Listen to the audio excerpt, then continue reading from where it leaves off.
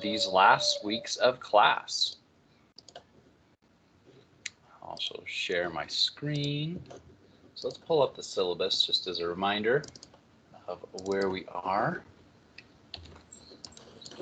There. All right, so today is the 27th. We're almost at the end of April, so it seems pretty crazy, but we will be covering chapter 16. We'll finish up with chapter 16, and we will start with chapter 17 today, and then we will have the final next week. So the final exam will be really similar to previous exams in this class. We'll go over a study guide on Thursday. That's already up and open on your Canvas. You can look at that, practice that. Probably go back to your study guides for exams 1, 2, and 3 as well, and review your tests. So for reviewing material for the final exam, the stuff that's cumulative, I would definitely recommend reviewing those exams as well as the study guides for exam 1, 2, and 3. Definitely let me know if it doesn't let you into exams 1, 2, or 3. I should have said it correctly so you can go back and look at your answers. But if for some reason it says you can't access it or can't look at the answers, just let me know and I can fix that. So it's a little longer of an exam because it is a semi-cumulative. About 70% of it is from the most recent unit, and then the last 30 to 40% is cumulative from units 1, 2, and 3. All right, also don't forget your question paper is due Friday. Some people have already turned theirs in, so that's really good. Your signature assignment and reflection paper. As a reminder, that signature assignment is probably one of your question papers, unless you did the extra credit for early adult friendships or purpose in life. So you could use one of those if you think it demonstrates your work well. Basically, the signature assignment is just some piece of work from this class that you think really demonstrates your learning, the things that you've done well, something you've liked in the course. And then the reflection paper is a one-page paper that you write just reflecting on the course. There's some question prompts in Canvas. I've showed you those before. And then you put all of those on your ePortfolio. So hopefully you've at least logged into your ePortfolio by now to see if you have any troubles with that, so that you can make sure you get that all turned in on Friday. So there's a lot to get in this week. And if you want, you can also do the extra credit question paper, which is simply another question paper on a new topic that you can do. Same rubric and rules apply.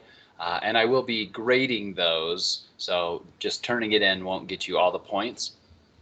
So do make sure you do a high quality question paper so you earn more extra credit points versus fewer.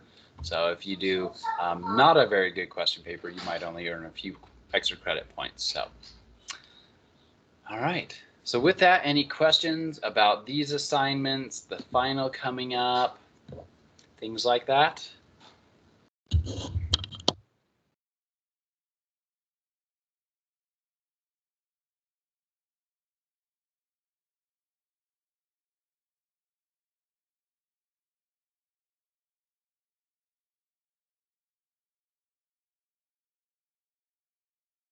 All right.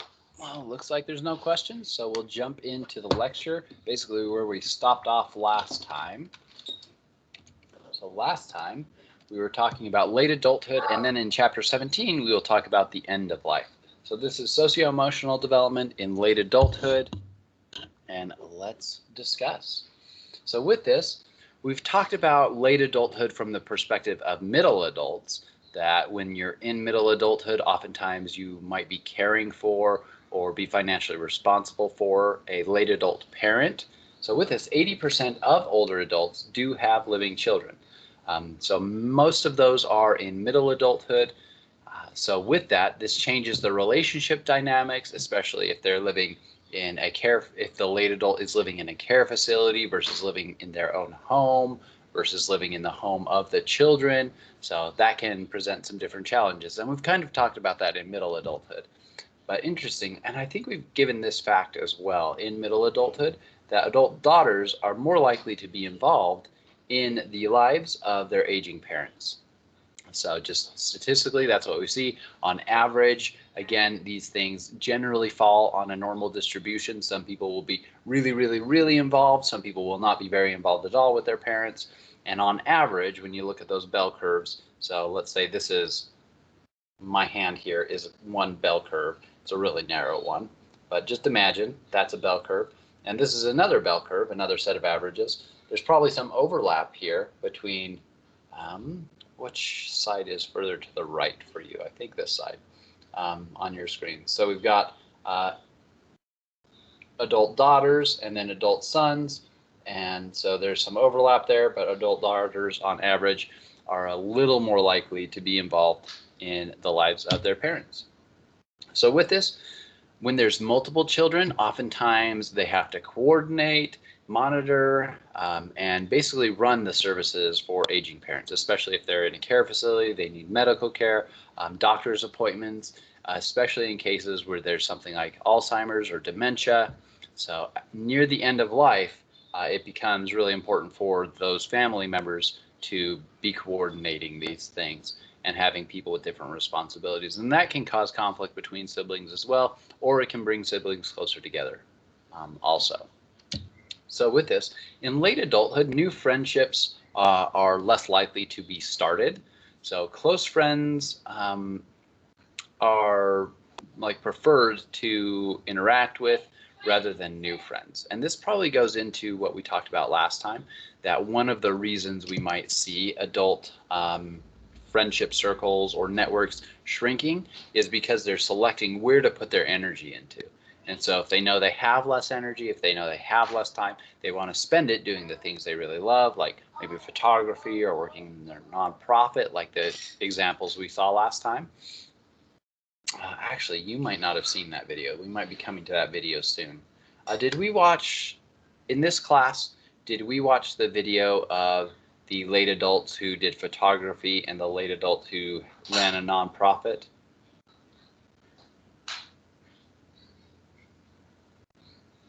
Does anybody remember that from last time? I'm going to skip forward because I think I might actually have planned that for you today. Yep. So we haven't seen those. So actually that might be a better thing to start with before we actually start talking about things today. I realize it's a really good couple examples that applies to a lot that we're talking about. So thank you. Yeah. So let's watch that now because it's really applicable to everything that we're talking about. And I had originally planned to, hey, we'll talk about all these things and then we'll watch this video. But I think it makes more sense to watch the video. Now we're in the middle of talking about things. So watch the video and then we'll have these two people to directly connect it to. So thanks. We'll watch it now.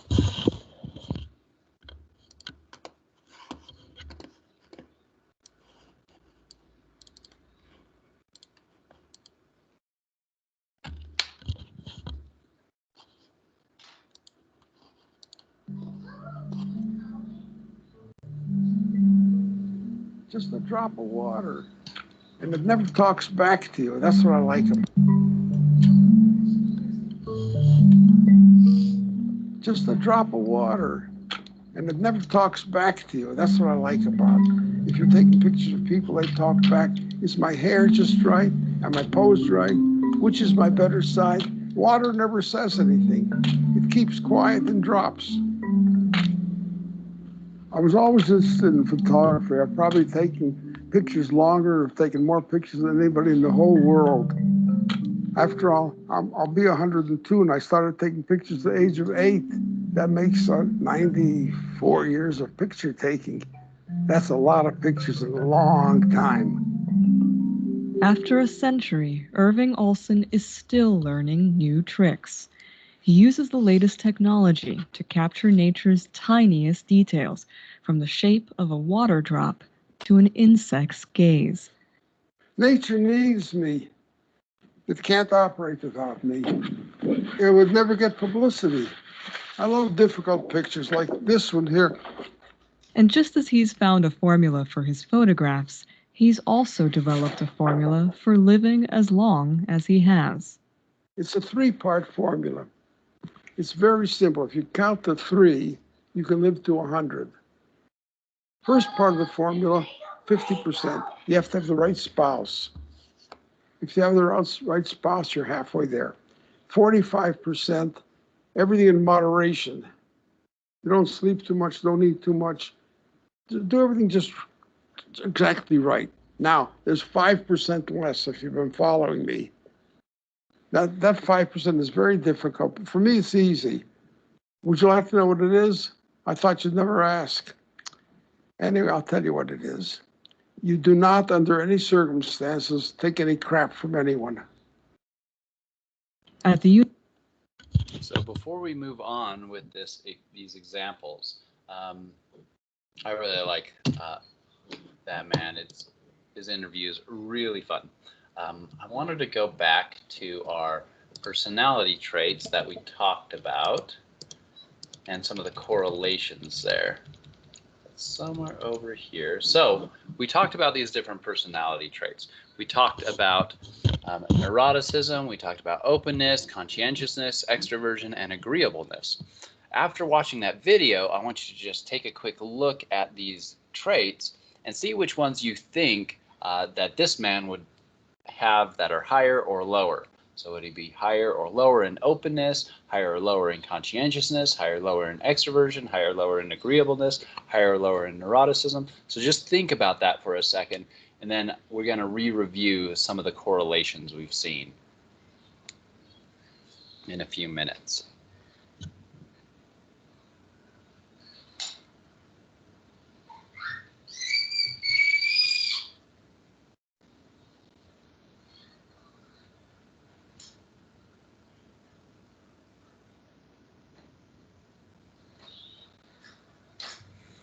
All right, let's finish this video and we'll have another example in the video. So you'll have a second person to kind of compare their personality traits and compare aspects of their life, how they're engaged or not engaged, and what they're focused on with some of the literature that we're reading.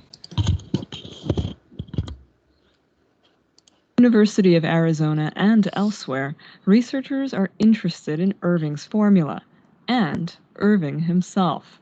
They're studying the oldest people among us to learn the secrets of successful aging.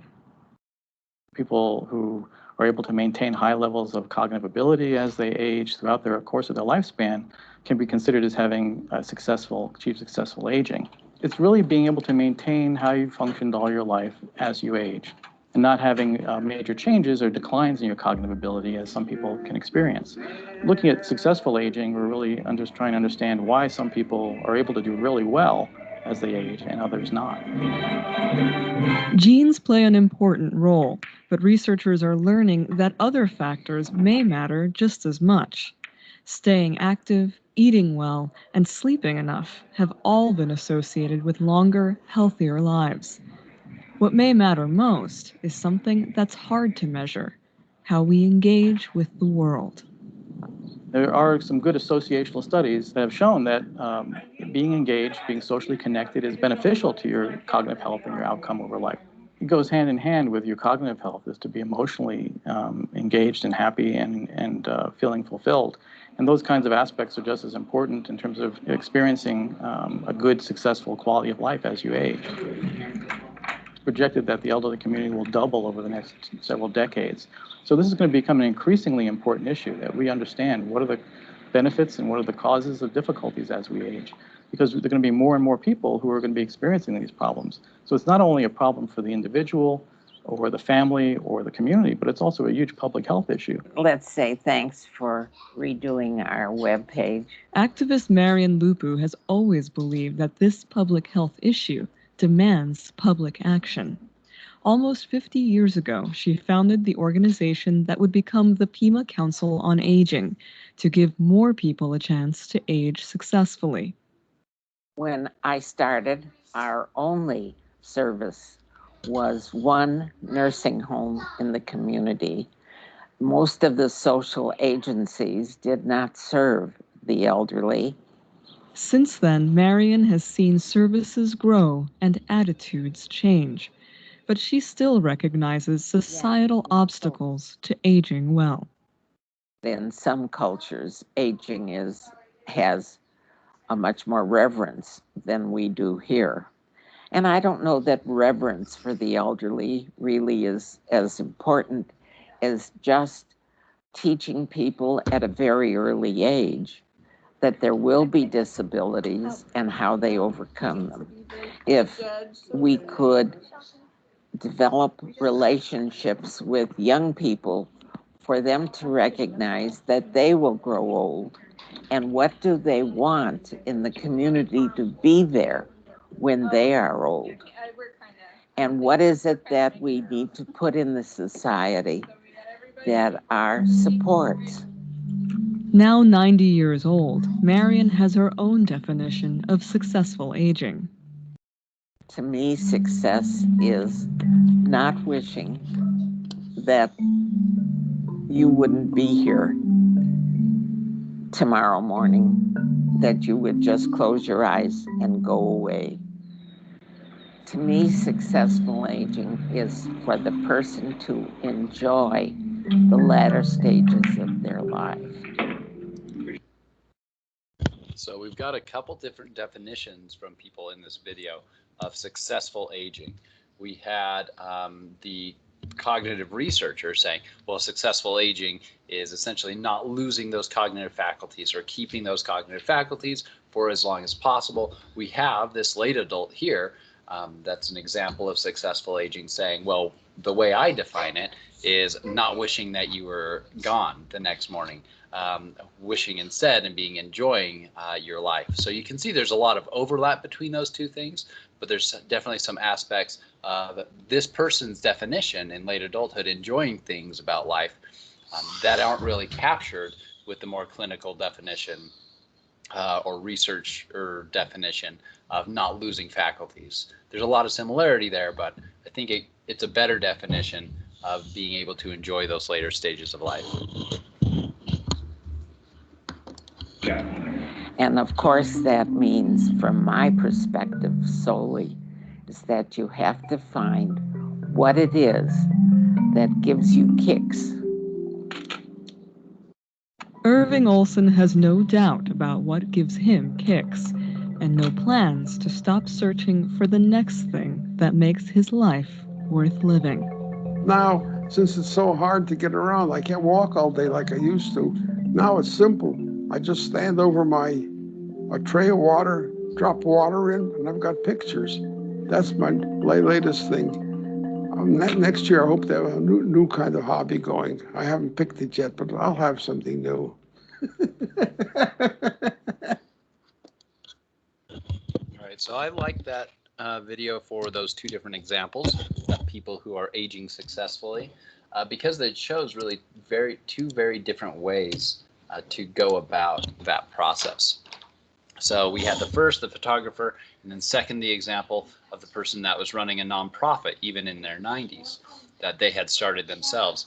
It sounded like they've been doing it for 50 years, or they started it when they were 50, but for quite a while, many decades. So with this, think about both of those before we talk about what they're engaged in and how that's relevant. All right, we've got a good comment here from Andrew. It says the first person felt there was a lot of conscientiousness, extroversion. Things are deliberate. The things that this person's doing are deliberate and intentional. The lady was more openness, agreeableness. Yeah, I could definitely see those aspects in their traits there. So yeah, think if there's, so with each of these, just kind of guess for yourselves. Do you think they're higher or lower on these different ones? But I think that's a pretty good assessment. So it's relevant to what we talked about with traits. So let's just re-review some of those correlations, thinking about these two examples. So conscientiousness predicts lower mortality risk. So we mentioned the example, if you're more conscientious, you might be more concerned about your own care. Obviously, if you're running a nonprofit to care for others, you're probably pretty high in conscientiousness. Well, you would hope someone running that kind of nonprofit would be. High neuroticism is linked to negative emotions and higher frailty. I would say from what we saw, it would appear that both of them would be very low in neuroticism. Conscientiousness is longer life, correlated to lower risk of Alzheimer's. Agreeableness and lower levels of neuroticism mean you're less likely, well, mean is a little causal, so this is definitely a correlation. So is correlated to being less likely to develop dementia. And so I think that's a category that both these examples might fall into, high in agreeableness and low in neuroticism, or relatively higher in agreeableness and relatively lower in neuroticism. I've got conscientiousness, openness, and agreeableness. I would say for both of these examples, they're probably relatively higher than average, so like higher than 50 if it was on a scale from 0 to 100. And then also extroversion linked to positive emotions. It seemed like both of them were enjoying aspects of their life. They were enjoying their pursuits. They talked about successful aging as being enjoying life. So I would say they probably fit into this category as well.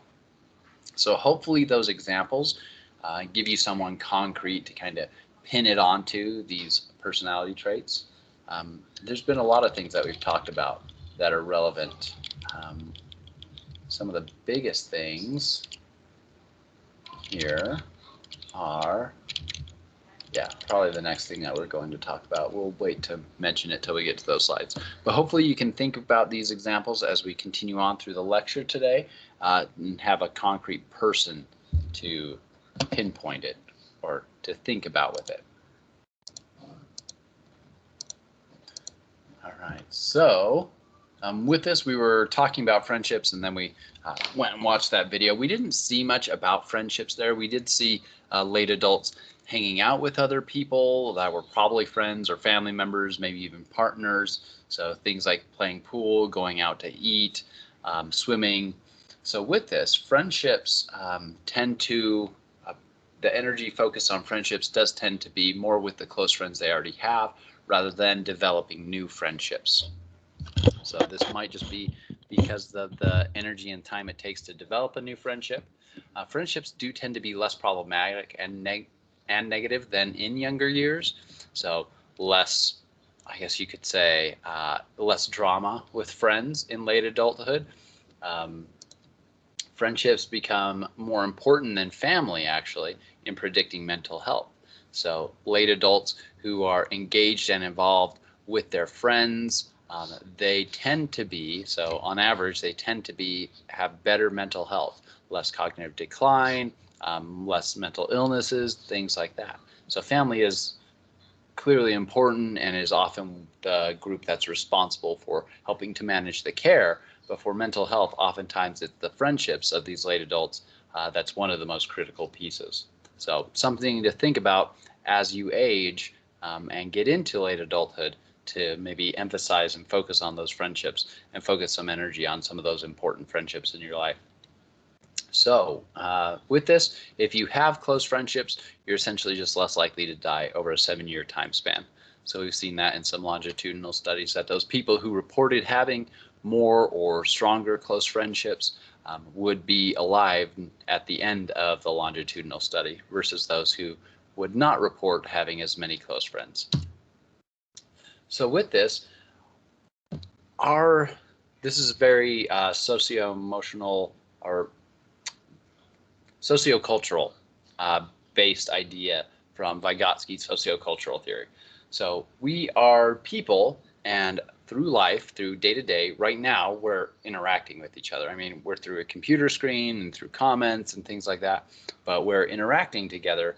We're embedded in our own personal networks of individuals who we can give social support to, take social support from, learn things from. So this is very central to Vygotsky's ideas around sociocultural development, that the people around you, if you look at it from Bronfenbrenner's perspective, this would be your microsystem. You're always embedded in that microsystem. The people around you, those networks, are who you learn and get things from and give things to. So this is important for late adults because they need those close friendships. They probably need family to be helping support them, those kinds of things. So Bronfenbrenner, right there. Did I put Vygotsky's in here? Nope, I didn't, but also really relevant that the individual is embedded within a system of networks of social interactions. So go away. All right, so older adults are who with persistently low or declining feelings of useless or usefulness to others are at an increased risk of early death. So that is one reason why it's really important to stay engaged with things that are beyond the self. So whether it is actually a purposeful thing, being engaged with something beyond the self is really, really essential. So whether that's family and caring for maybe grandchildren or passing things on to children and grandchildren and great-grandchildren, or maybe it's volunteering in the community, planting trees, running a nonprofit or working with a nonprofit, being civically engaged, maybe even going to protests or things like that. Those kinds of things that help a person feel useful and are useful for a person to be doing, help them live longer, give them more mental health, give them more engagement in the community. They're probably out doing things, meeting people, conversing with people. So it's going to benefit their cognitive health. So all these things are really wrapped up together, essentially still living and working with people. So volunteering specifically is associated with multiple positive outcomes. So these studies generally on volunteering look at volunteers in a lot of different domains. So it might be like volunteering in the community. Another sample is grabbed from volunteering for political campaigns. Another sample is taken from people working to increase access to healthcare from people. That's some of the common samples you see in volunteering literature. So when they're doing things and they have roles and assignments, maybe they're a mentor in an area or they're in charge of a specific event, that's really good for a late adult. They're definitely capable of that. Hopefully that's one thing that we've talked about enough and that you realize is that late adults can accomplish a lot. So it gives them the chance to have social integration. It gives them enhanced feelings of meaningfulness, so they feel like the activities they are doing are meaningful. If we look at the engagement that the photographer had, even though that's, depending on how you look at it, art can be done like for the self or for people outside yourself. You might be trying to share nature to other people, and that is beyond yourself, and that can be really meaningful. Even just doing it for yourself can be meaningful. So there's taking pictures is not necessarily volunteerism, but you can get the meaningfulness from that as well. So with this, with all these aspects combined, you are at a lower risk of cognitive impairment and that cognitive decline that we've talked about. So this is also different based on ethnicity, gender, and culture, and we'll talk also about ageism at this point too. So with this, elderly ethnic minority individuals face both ageism and racism, so that can be an additional challenge for them. So for example, Black Americans and Latinx people are overrepresented in poverty statistics. So when we look at poverty statistics and ethnicity, we've talked about before how it's really difficult to disentangle ethnicity variables and socioeconomic status variables because of the systematic racism that's led for so many Black Americans and Latinx people to be overrepresented in poverty statistics. But that is an additional challenge when you're a late adult as well. It means you probably have less access to services and healthcare, or maybe food in your community. So you are more likely to become ill and less likely to receive treatment if you have these additional factors. You might have heard this referred to as intersectionality at different points. So having multiple aspects of developmental cascades, so bringing in the other terminology that we've used throughout this class.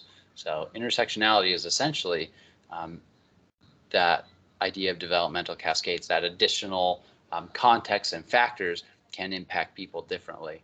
So if you have additional risk factors being in late adulthood as well as being an ethnic minority, that's two risk factors together that on that developmental cascades model might push you towards being less likely to be able to receive treatment. So that can be an additional challenge. So it's also more likely that you won't reach the eligible age for Social Security and Medicare benefits, which is a really nice researchy way to say you die before you get to the age where you can get benefits. So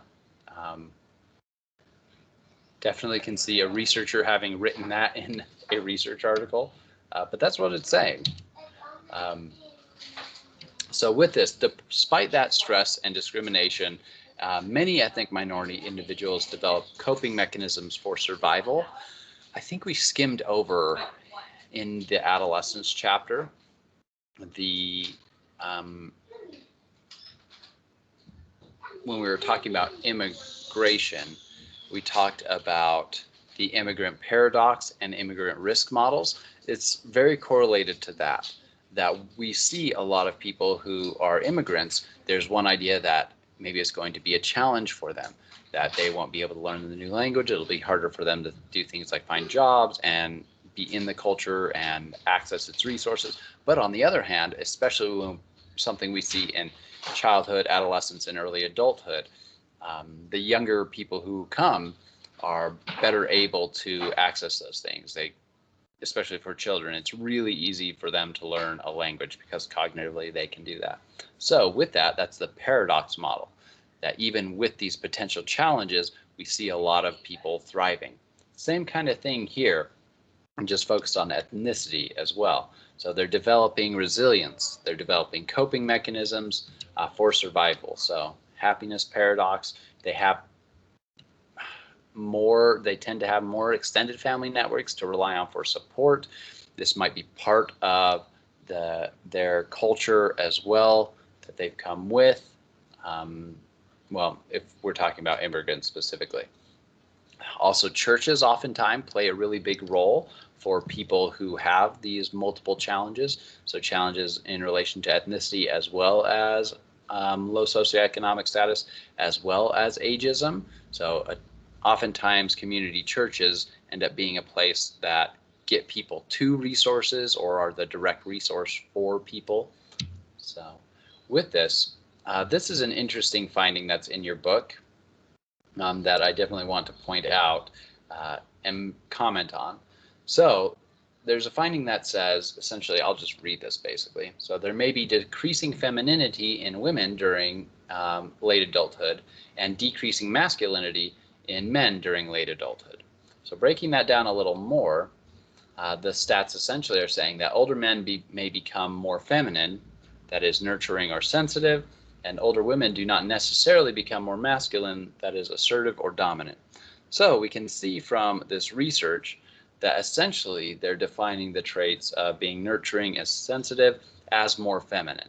And so men are ranking higher on those qualities. They did a survey of those things versus middle adulthood. They seem higher on that. That's kind of the point I was going to come to here, Quinn. So really good question there. So what about gender nonconforming folks? And the answer is we haven't always done a great job and still don't necessarily always do a great job at getting people of a variety of genders, including people who are gender nonconforming, in studies and adding them. Just the other day, I was filling out an IRB form, so Institutional Review Board form, for a study, and I wanted to make sure that I was including multiple genders to be as inclusive as possible in my study. And so I ended up with a total of 9 or 10 genders, I think, in the end.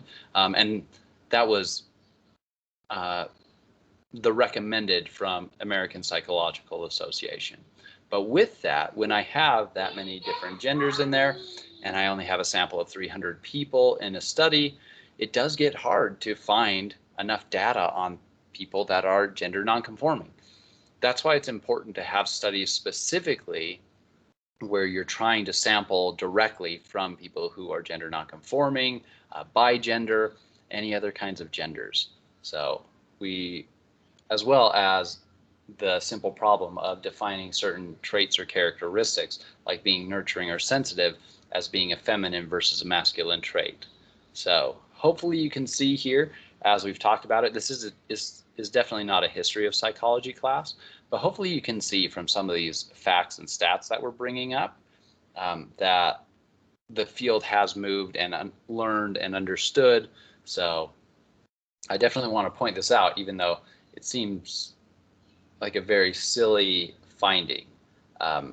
It's definitely more relevant to say that in this study, they probably did only have 2 options for gender, and they might have even had them confounded with sex, not distinguished between sex and gender in this study. But it would probably be more accurate to say that the people who ranked themselves or identified as or clicked the box for men in this study in late adulthood seem to have more of the traits of being nurturing or sensitive than they did in middle adulthood or in the middle adults who did this study as well. So that's kind of the point that I wanted to make with the stat, especially here at the end of class, with some of the things that we've learned over the course of the course. I think this is a really good example of somewhere where we've seen the research move past here, but also that there's still a lot of room to continue on and grow from. So, other questions about that though? About that topic in general? About gender and psychology? I will say still, even though a lot of psychologists today recognize the importance, when it's not their central focus of research, when gender isn't the central focus of their research, it might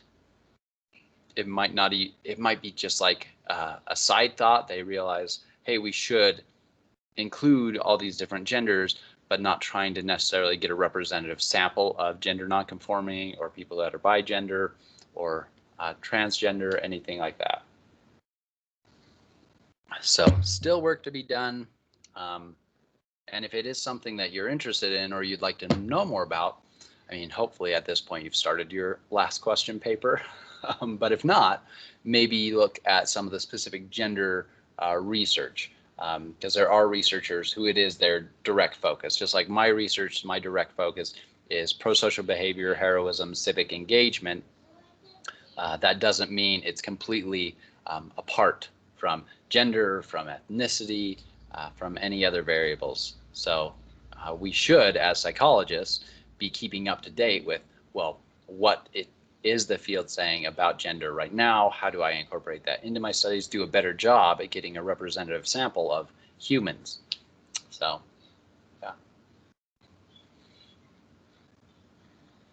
I think that's all the points I wanted to make. But if there are other questions, feel free to take over the microphone or put it in the chat.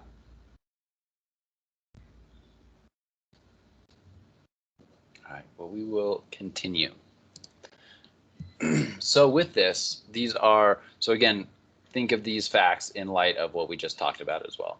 So being female is also an additional challenge. So you've got being a late adult, being ethnic minority, and being female. That's an additional piece that can lead to more discrimination.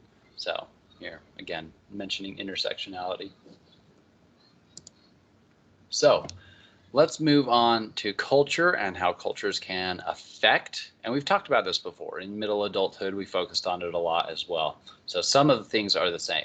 So factors that are important in the life of an adult and leading to good health overall, especially things that come from the culture around a person, are a focus on health, security, and kinship and support.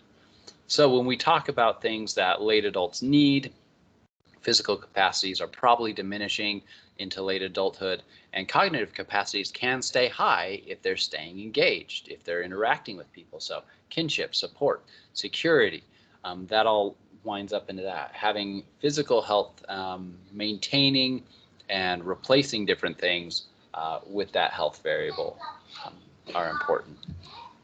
So factors that are likely to predict high status for older adults are having valuable knowledge, having control over the family or community resources.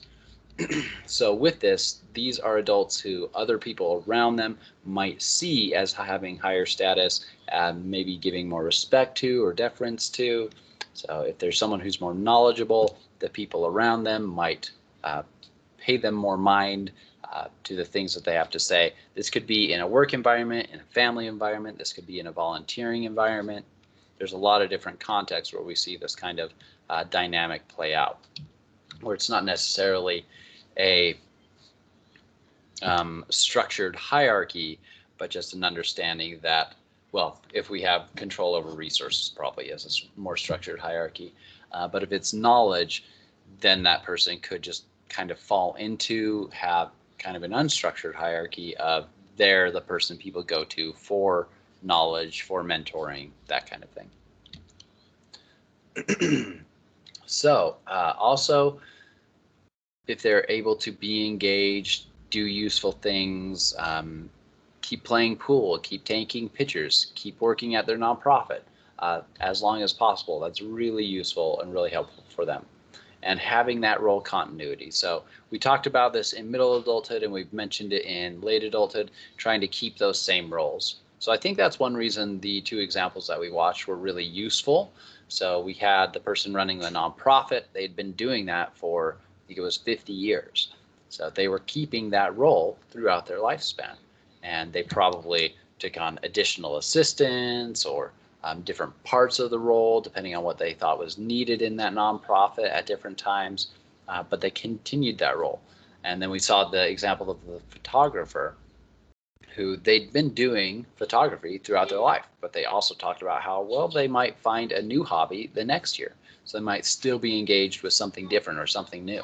And it's a really good example of using those talents and skills that they have and replacing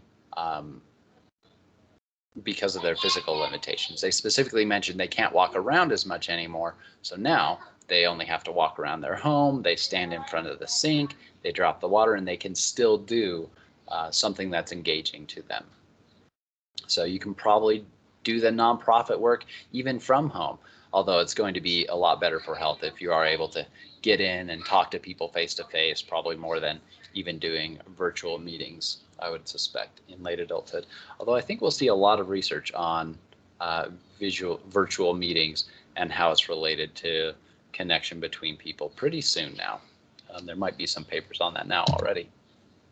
So with this, age-related changes in relation to responsibility, authority, and advisory capacity are different from culture to culture. So we heard from the example of the person running the nonprofit that other cultures around the world oftentimes give more reverence to late adults versus here in the US we tend not to. Oftentimes it's just a factor of ageism. With this, extended family and having respect for older adults is different across cultures. We've talked about in other cultures and other places around the world, sometimes extended family is more or less important. So childcare may be more divided amongst the family or the community, or exclusively with the two parents, like it generally is here in the US. And so that respect for older adults is different culture by culture, and it can have impact on the health and well-being of people in late adulthood. So if they are dismissed and not considered to be useful, we can see from those correlations, if that is the case, they're probably going to be having a worse quality of life, worse mental health, and a shorter lifespan.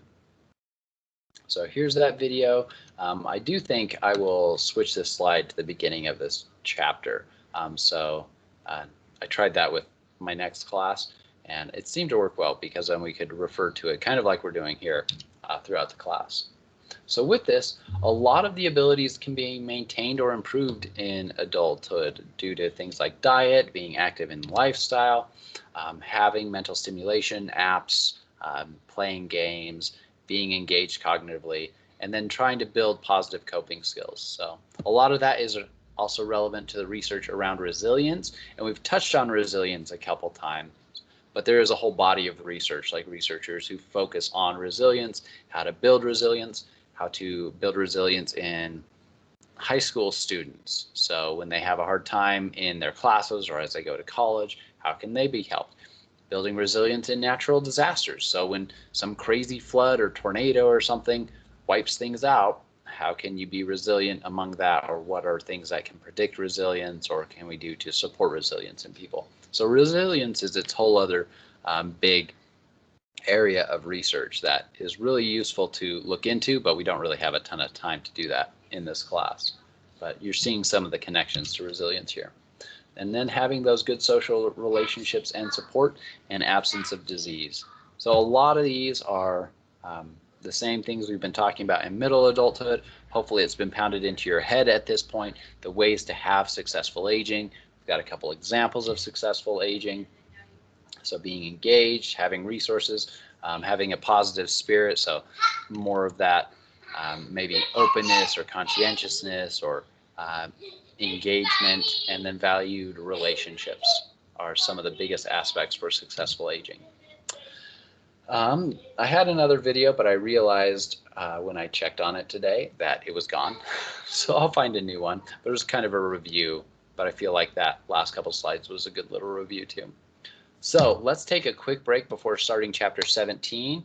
We're going from essentially the lifespan to the end of life and what happens for people around at the end of life. So let's take a quick break. Let's be back at 9:23. So let's be back at 9:23 and talk about chapter 17.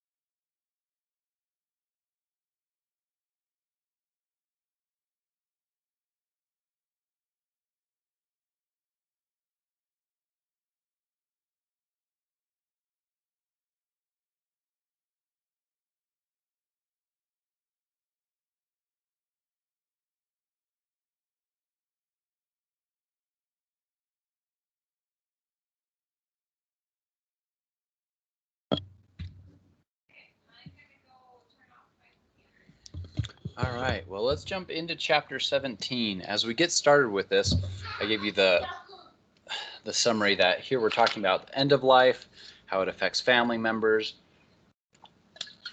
end of life options. So it can be hard, especially if you've, say, lost someone really recently, or have someone who has health problems in your family that's a late adult. So if it's a challenge to listen to essentially any of the lectures, I mean, feel free to take off and review the notes on your own time and reading chapters and things like that. So that is totally okay. So let's talk about death, dying, and grieving. So definitely not the most fun chapter, but definitely important topics here. So let's talk about how we determine death. So at what point do we say a person is dead? So past methods that have been used is when the breathing stopped. So for many, many centuries, if we look at, say, early medical texts, for example, we see that breathing ceasing was considered, at that point, that person was considered dead. But many of you probably learned CPR. So, you know, even when someone's breathing stops, you can bring them back to consciousness, back to life, you might even say, if you were back then. Blood pressure was used before. So if your blood pressure is too low, or if you've lost too much blood, that was used. And then rigor mortis, the rigidity of the body. So that as a sign of being dead. And so past people in history have used these different definitions, or these different, have defined being dead as one or more or a combination of these things. It's still a fairly complicated definition now. So we have brain death. Brain death is essentially when all electrical activity has ceased for a specific point of time. I think your book mentions how long it is that the electric activity has to be stopped. I think it's, no, I don't remember. I think I'm confusing oxygen to the brain and the amount of time the activity has to be stopped. If anyone remembers from their texts how much time, please put it in the comments or take over the mic really quick as well. So essentially this would be a flat EEG reading. So if you're measuring someone's EEGs in probably a hospital type of setting, after a specific amount of time, you would classify them, or you would define them as having brain death or being brain dead. So that includes both higher cortical functions and the lower brainstem functions. So at this point, a body could still be running with the medical care that we have today. So even if your lower brainstem, if you remember, the lower brainstem is what runs your heart, is telling your cells and muscles how to use the nutrients that's around it. A lot of that is just your lower brainstem runs all of that. So even if you yourself or someone's lower brainstem is not sending those messages, outside machines, say in a hospital kind of setting, can be still running a lot of those processes for a body, even though the brain is not sending those signals itself. The higher cortical functions, that's essentially the functions in the upper part of the brain, the wrinkly part, that's in charge of things like language. The prefrontal cortex is part of that, emotion centers of the brain. So essentially when you see no activity from all those centers of the brain, emotion centers, language centers, motion centers, prefrontal cortex and planning and those kinds of things, you would say this person has brain death. So with this, some medical researchers recommend using the cessation of just the higher cortical functioning as a definition of brain death. So there's still not a 100% everybody agrees on this being brain death. There's that challenge. So the brainstem in some people might stay functioning. It might keep their vital functions of the rest of their body alive, but their higher cortical functions, so planning, language, emotions, is not running. So some researchers say that should be classified as brain death, or maybe they should have multiple different terms. So, oh, I forgot I had that as a question. I just told you all the different areas of the brain it might be referring to. So, sorry about that. So with this, decisions regarding the end of life. So advanced care planning is essentially the process of patients thinking about and communicating their preferences about end-of-life care. There's a couple specific ways that we do this, and there's definitely ways that you should probably do this before getting to the end of life, even now possibly. So creating a living will is one really good way to do this. So it's a legal document. Generally, you will have to get it notarized or even signed by a lawyer. It's a legal document that reflects the patient's planning, what they want done. So do they want to have resuscitation techniques? Do they want to have, like, what kind of medical interventions do they want if they're in a case where they need those kind of interventions? So do they want or not want blood transfusions? Do they want or not want to have, if they have brain death, do they still want their body to be kept alive for a certain amount of time to see if things can be fixed? So those are the choices that you might put in a living will. So an advance directive is a little bit different. So this is indicating specifically which life-saving procedures should or should not be used. So the living will is also can also point to, like, these people are in charge of my care or making decisions for me. That might be a spouse, or for a late adult, maybe one of their children, something like that. So the advance directive is specifically about the procedures, and you might have both of those together.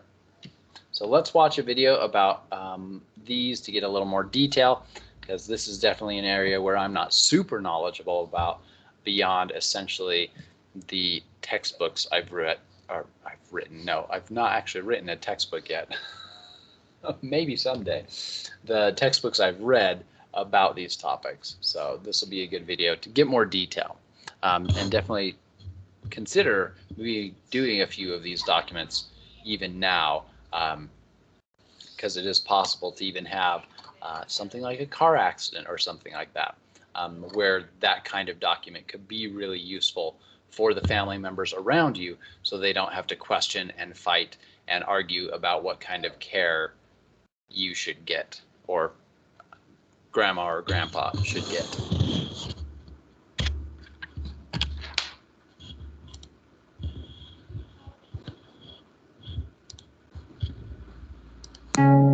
Advanced care directives. Patients have a right to take an active role in their own health care. Unfortunately, there are times, such as sudden illness or an accident, when this is not possible. Advanced care planning, under the Patient Self-Determination Act, PSDA 1990, gives a patient his right to make determinations regarding their medical care in advance, based on personal values, attitudes, illness, and death. Patients have a right to make medical decisions regarding their treatment, appoint an agent to speak on their behalf when incapacitated, determine or refuse their medical treatment and care. Two commonly used advance directives are living will and power of attorney. The living will. A living will tells medical professionals and your family which medical treatments you want to receive or refuse, and under what conditions. There are two parts. In Part 1, you are asked to provide instructions concerning your future health care. In Section B and C, you may state the circumstances in which various forms of medical treatment should be provided, withheld, or discontinued. You are asked to give specific instructions regarding two types of life-sustaining measures: artificially provided fluids, and nutrition and cardiopulmonary resuscitation. Section D needs additional instructions about your healthcare preferences that are important to you, and which may help those concerned with your care to implement your wishes. Section E is about brain death. The state of New Jersey recognizes the irreversible cessation of all functions of the brain as a legal standard for the declaration of death. Section F allows you to indicate your desire to make an anatomical gift and provide instructions for any limitations or special uses for the same. While Part 2 contains signatures and witnesses. Generally, a living will does not appoint an agent. However, the witness should be at least 18 years of age or older. Healthcare power of attorney.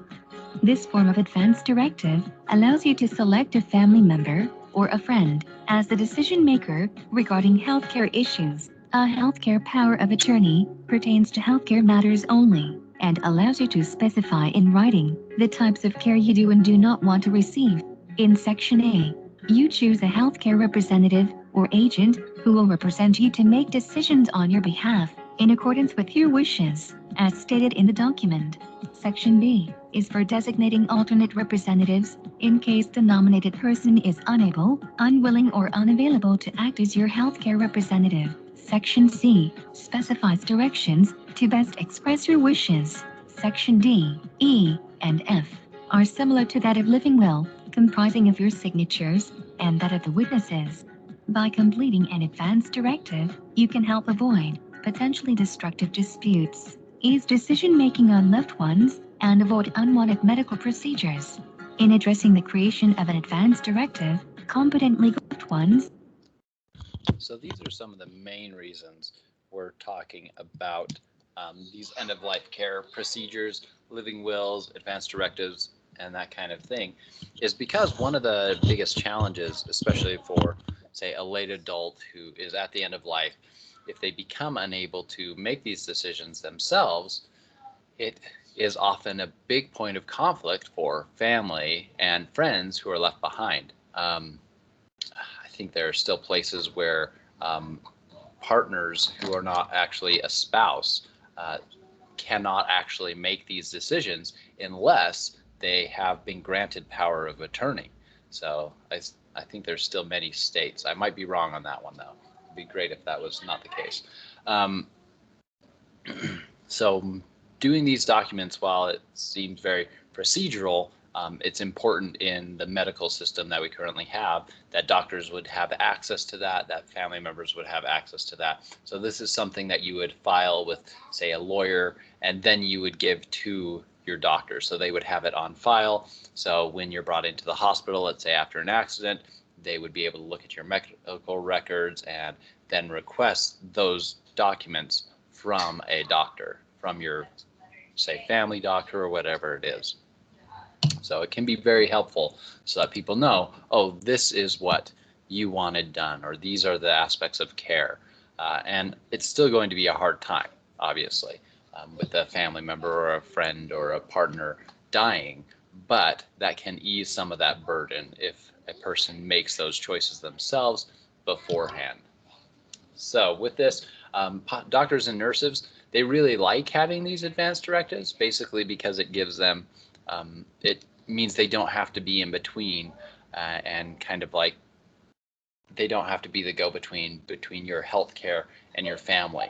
So if you've already said, hey, I want this done and these not to be done, the doctor doesn't have to take that extra time and energy and mental stress on them, because a lot of them just don't like that. They don't like having patients die as well, even though it's a normal part of job, to have to try and explain and convince and be a mediator with the family members to get the care that a person needs and may or may not have wanted. So doctors and nurses really like having advanced directives. It gives them really clear views of this is what I can and cannot do, even if they might feel like your directive is more restrictive.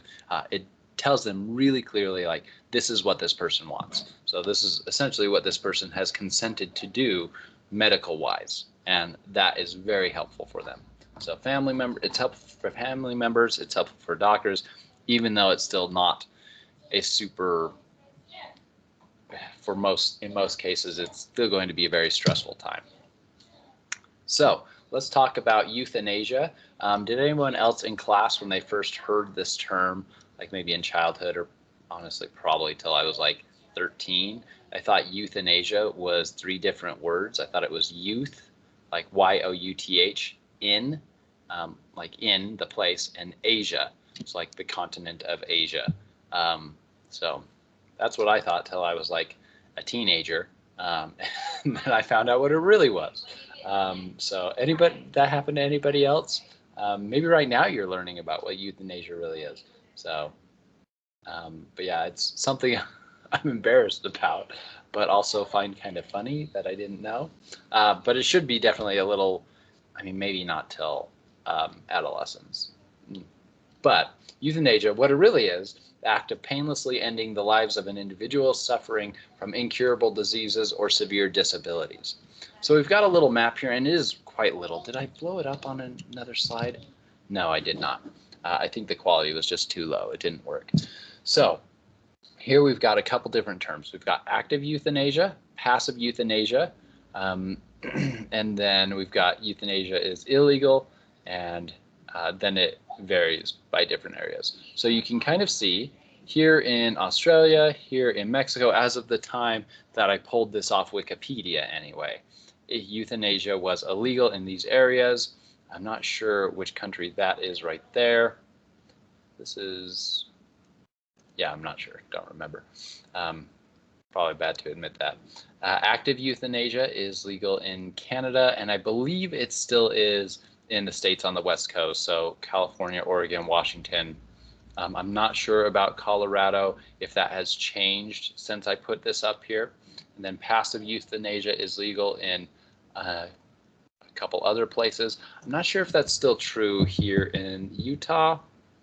I probably should have double checked that before today, but I didn't remember to double check. So definitely check if you're interested in that. But let's define these things. So passive euthanasia is essentially just withholding treatment. So let's say someone is on a respirator, turning off that respirator is passive euthanasia. So I suspect it probably is still legal in Utah. So you might have referred to this as pulling the plug on whatever life-saving treatments are keeping a person's body alive. So that's passive. Active euthanasia is having death deliberately induced. Usually this is done from a lethal dose of a drug. There's a couple that are more common. So essentially a person would maybe come into an office or a hospital with a plan to have this active euthanasia done. They would be injected, maybe they would have family members around them, they'd say goodbye, they'd be injected, and they would die.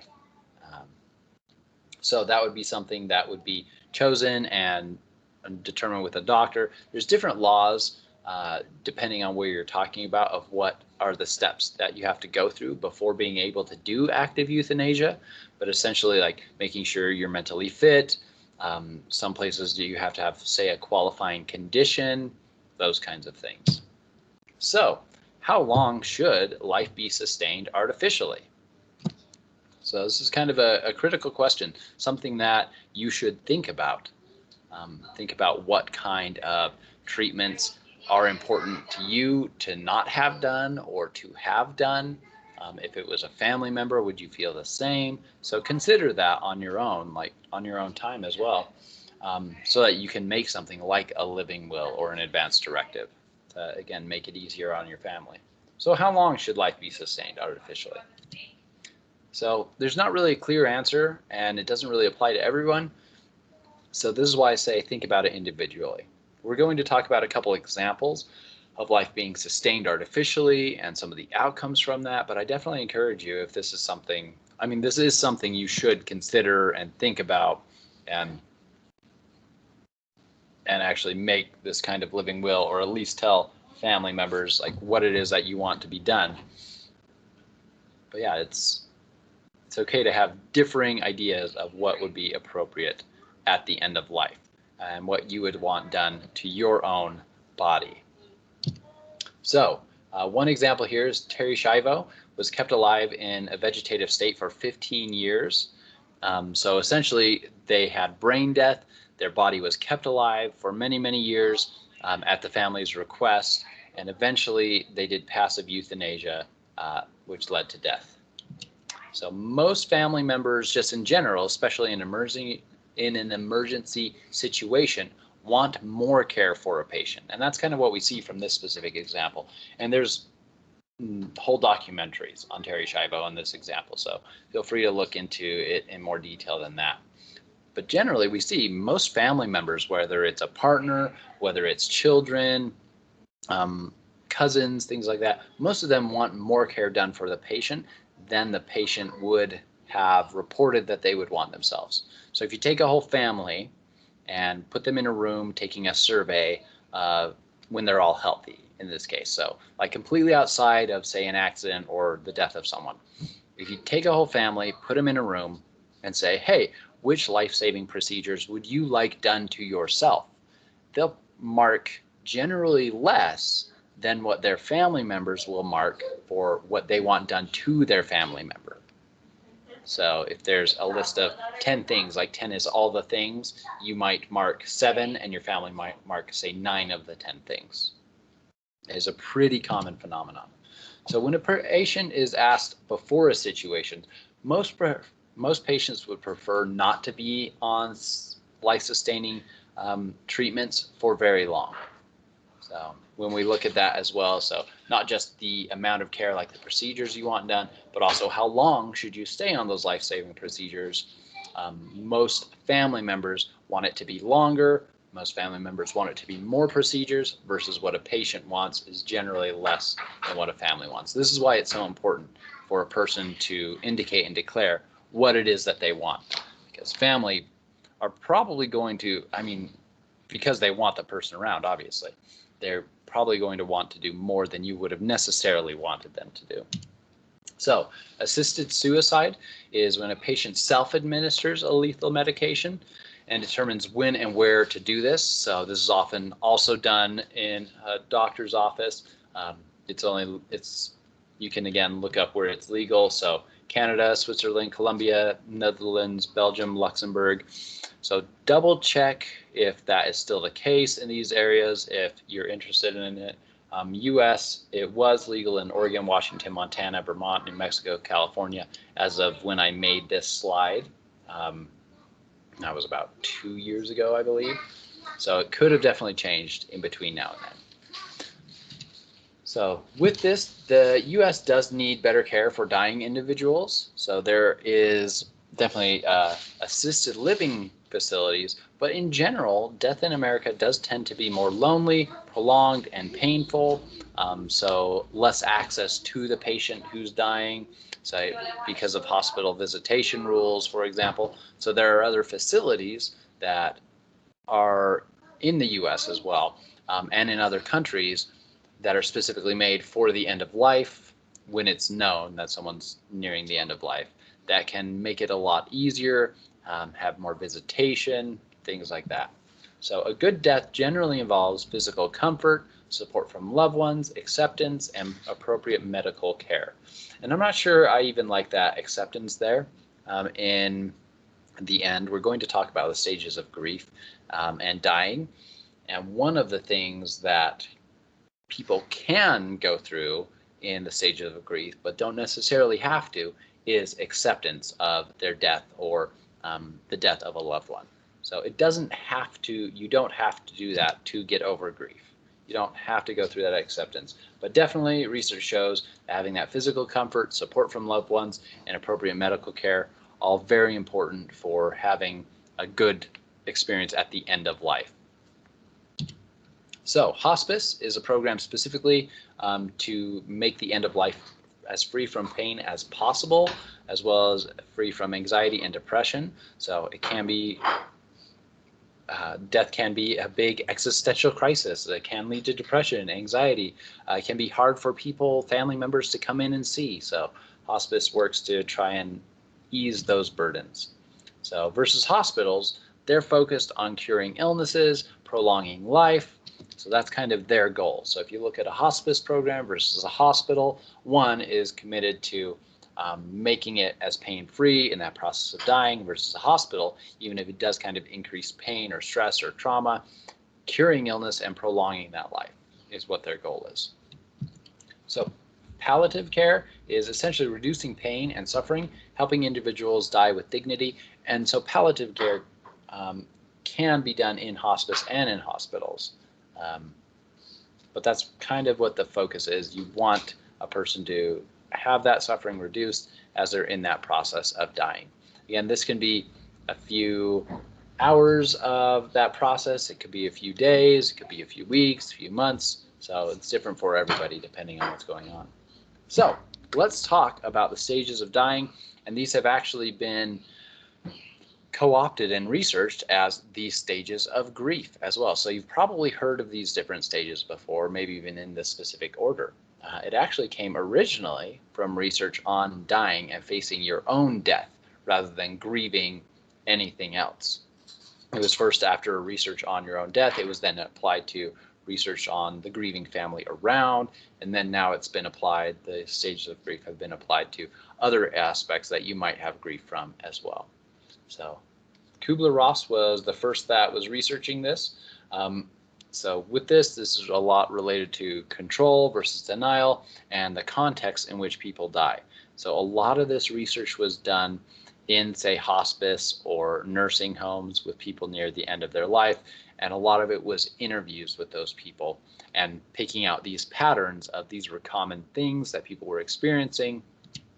So also, kind of spoiler alert, this is one of the last points or middle points, but these stages, so denial, isolation, anger, bargaining, depression, and acceptance, originally with the research, the suggestion was these are the stages people go through. People go through this one, then this one, then this one, then this one, then this one, through the process of dying, because that's what was most commonly seen in the people that they were researching and interviewing.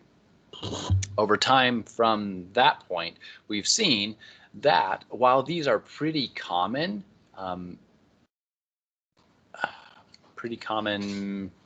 experiences, pretty common reactions, probably a better word, reactions to death, dying, grief, they don't actually go in this kind of linear stage. So it's very common for someone to only have maybe one or two of these in their grief or dying process. It's also very common for people to have all five but go backwards or jump around. So for grief or for dying, and for, especially for grief, I think that's very relevant for a lot of things. You don't have to expect someone or encourage someone to get to an acceptance point, whether it's of their own death or grieving someone. These are all natural, very common, normal responses to grief and dying. So denial and isolation, and we'll kind of define these and talk about some behaviors. Anger is very common, bargaining is very common, depression is very common, and acceptance is very common. So for any one individual, they might just accept that. That might just be what they do. Another person might just be angry, and that's just what they do, and that's how they're processing the grief. And both of those are okay. A person might go from anger to bargaining to acceptance. A person might go from acceptance but then get angry and then be in denial, and that's okay too. So that's kind of the big overarching takeaways I want to point out now before we jump back in the research to when Kubler-Ross was originally doing this. So I definitely wanted to, because I think both ways is good to understand. If we go through the original research to, hey, this is what we know now, but I think it's also useful to see, hey, this is where we are now, and we'll go back. All right. Make sure, do we have time? Nope, we don't have time. This is the end of class, so I'm actually very glad that we, I gave that spoiler alert right now. So that's the end of class. We'll come back to this and we'll talk about it in a lot more detail for the stages of grief and death and dying. So thanks for being here. Sorry, I thought we had another like 20 minutes of class, but we're done now. So I will see you again Thursday, and thank you for your questions and comments.